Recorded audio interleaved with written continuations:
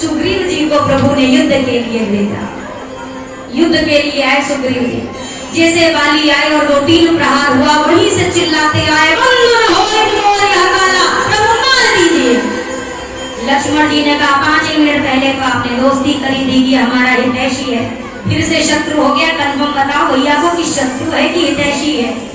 तो सुग्रीव जी ने कहा कि पक्का हो गया, ये हमारा शत्रु ही है, काल है काल।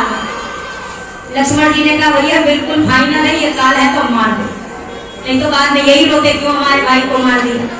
राम जी अपने गले की माला यानी अपना बल ही मानो सुग्रीव को प्रदान किया।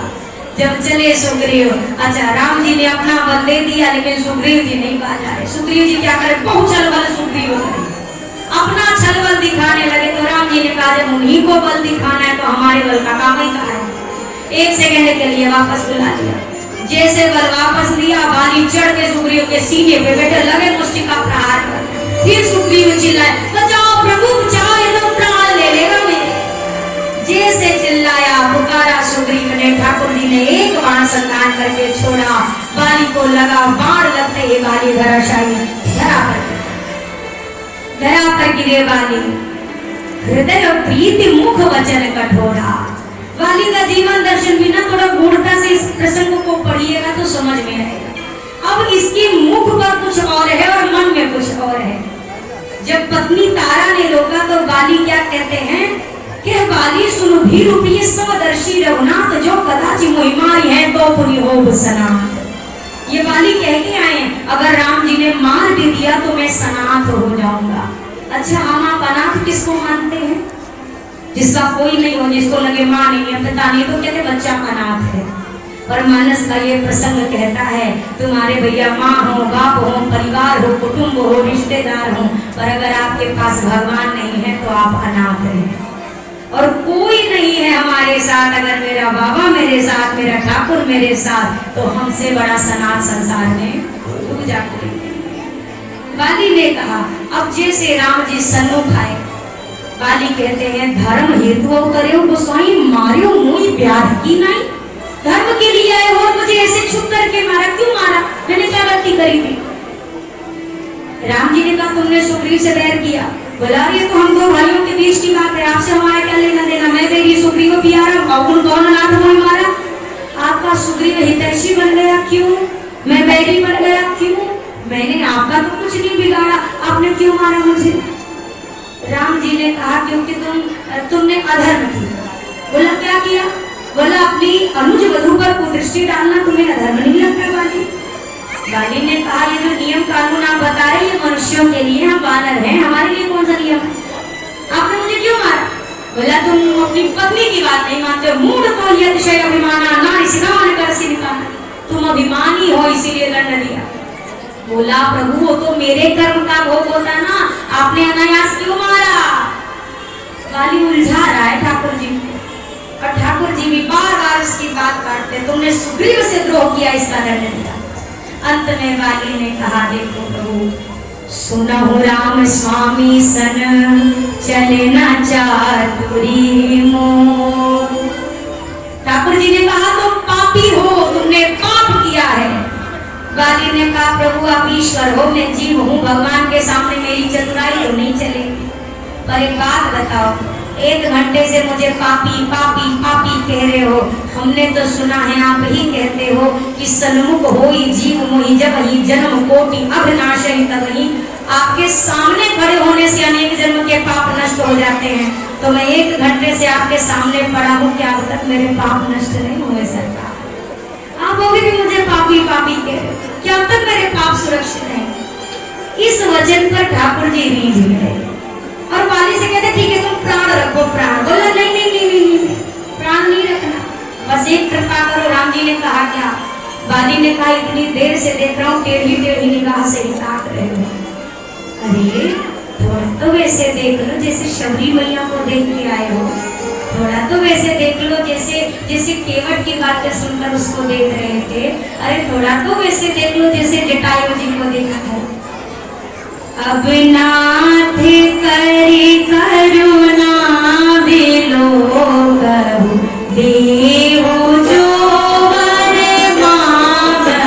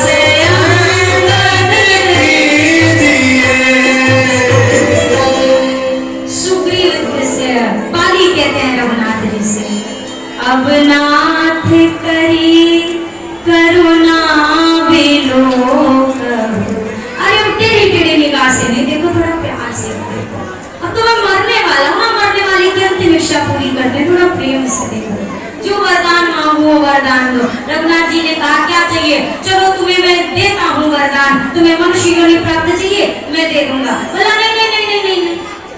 मेरी पहले फाइल खोलो कर्मों की, ध्यान से सुनिए। जो आ रहा है उसको आने दीजिए, जो जा रहा है उसको जाने दीजिए। बाली ने कहा मेरे कर्मों की फाइल खोलिए, उससे क्या होगा? बोला उसको पूरा अच्छे से चेक करोगे, एक बार नहीं बार बार भी चेक करो, और पूरे देखने के बाद मेरे आंसर शीट को जो नंबर निकल के आते हो उसके हिसाब से मुझे देह प्रदान करना। अगर मैंने श्वान बनने के लायक कर्म किए हो तो मुझे श्वान बनाना, मुझे कीड़ा बनने के लायक मैंने कर्म किए हो तो नाली का कीड़ा बना देना। मुझे मनुष्य योनि नहीं चाहिए, मुझे देह चाहिए मेरे कर्म के हिसाब से। लेकिन चाहे कीड़े के रूप में रहूं चाहे चींटी के रूप में रहूं, एक वरदान चाहिए, राम पद अनुराग। बस जिस भी रूप में रहूं आपका भजन करूं, आपके चरणों में प्रेम रखूं। अंत में अंगद जी को बुलाया, क्या कहते हैं? यह तनय मम सम विनय बल कल्याण प्रद प्रभु लीजिए। अंगद से भी तो कह सकते थे जा भगवान के हाथ पकड़ ले, चरण पकड़ ले, नहीं कह रहे। क्यों नहीं कह रहे? ठाकुर जी से कह रहे आप अंगद को पकड़ो।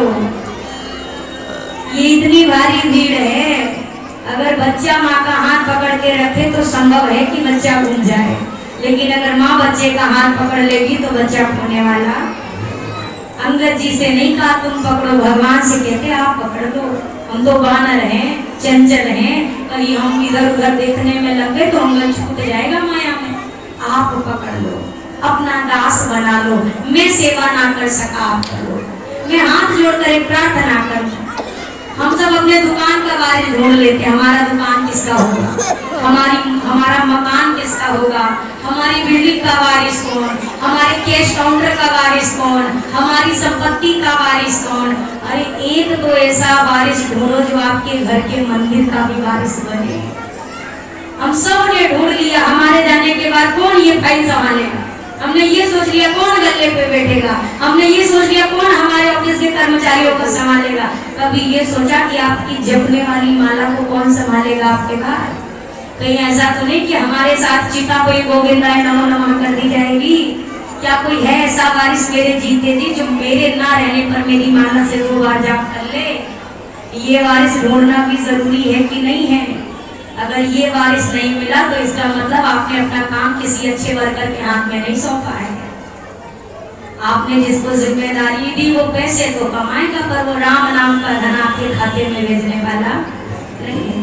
ये भी चाहिए, अति आवश्यक है। ये कार्य किया बाली ने। इसके उपरांत बाली को तो प्रभु ने गति प्रदान करी है, बाली को गति प्रदान की। सुग्रीव का राज तिलक हो गया, राजा बनते सुग्रीव जी भुला गए, जैसे हम भूल जाते हैं। भगवान जब देता है तब तक याद रहता है, मांगते भरता, और जैसे मिल जाता है तो भगवान ही भूला जाता है। फिर अगली कोई डिमांड याद आती है तो फिर भगवान के चक्कर काटते हैं। सुग्रीव भूल गए। ठाकुर जी को 4 महीने बीत गए प्रवर्षण पर्वत पे, पूरा चातुर्मास निकल गया। 4 महीने में सुग्रीव जी झांकने भी नहीं है कि भगवान है क्या अयोध्या लौट। 4 महीने उपरांत ठाकुर जी को रोष आया, जिस बाण से मैंने बाली का वध किया उसी से सुग्रीव का वध करूंगा। राम जी के मुख भर से निकला था, लक्ष्मण जी के धनुष बाण उतार के लाए, बोला राम जी के हाथ में धरा, बोला ले जाओ मार दे। राम जी ने कहा आप तो सीरियस ही ले लेते हो भैया छोटी छोटी बात। अरे हम कह रहे हैं मारेंगे थोड़ी ना, वो तो सखा है, मार थोड़ी ना। लक्ष्मण जी ने कहा आपको हिचकिचाहट है तो हमें मार के आ रहे हैं, हमको इस समय कोई हिचकिचाहट नहीं। राम जी ने कहा मारना नहीं है, तात सका सुधार के ले और डरा धमका। ये जो हमको दुख मिलती है ना, दुख की ईंटें आती है खोपड़ी पे, ये वही है जब बीच बीच में संत महात्मा आते हैं धमका के जाते हैं। देखो वैसे तो भजन में है नहीं होना चाहिए, भाव से भजन हो तो ज्यादा अच्छा है, पर ये हमारे संत महात्मा करे तो क्या करे, दुनिया इतनी आगे चली गई, जब तक इसको डर ना दिखाओ ये भजन भी नहीं करता।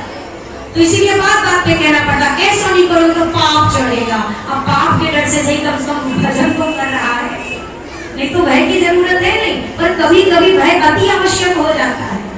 डर के डरा के ले आओ।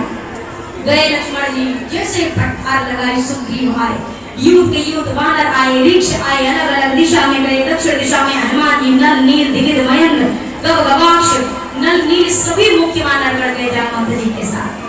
खोजते खोजते स्वयं प्रभा की गुफा में पहुंचे। भूख प्यास मिटी, स्वयं प्रभा ने तत्पर से समुद्र के किनारे खड़ा कर दिया। अब अथाह जल ही जल, मैया कहाँ है, माँ कहाँ मिलेगी। एक ने किसी ने कहा आगे जाएंगे तो डूब के मरेंगे, वापस जाएंगे तो सुग्रीव जी मार देंगे। सुग्रीव जी ने दंड विधान बना दिया है, मास भर के भीतर पता लगा के आना है। जो पता लगा के नहीं आया वो मेरे हाथों मृत्यु दंड प्राप्त करेगा। अब मजबूरी ये है कि कोई वापस जा नहीं सकता है। अंगद जी ने कहा यही भूखे प्यासे ही मरेंगे, कहाँ जाएंगे। तब तक संपाति की नजर पड़ी वानरों पे। संपाति ने कहा इतने सारे वानर आज तो खा के बढ़िया से भूख मिटा। तब तक अंगद जी ने कहावत, तो एक गिद्ध जटायु थे, एक गिद्ध ये हैं, वो प्राण दे दिए, ये प्राण ले रहे हैं। संपाति ने कहा जटायु कैसे जानते हो, भाई था वो तो मेरा। क्या हुआ जटायु? वानरों ने पूरी घटना बताई।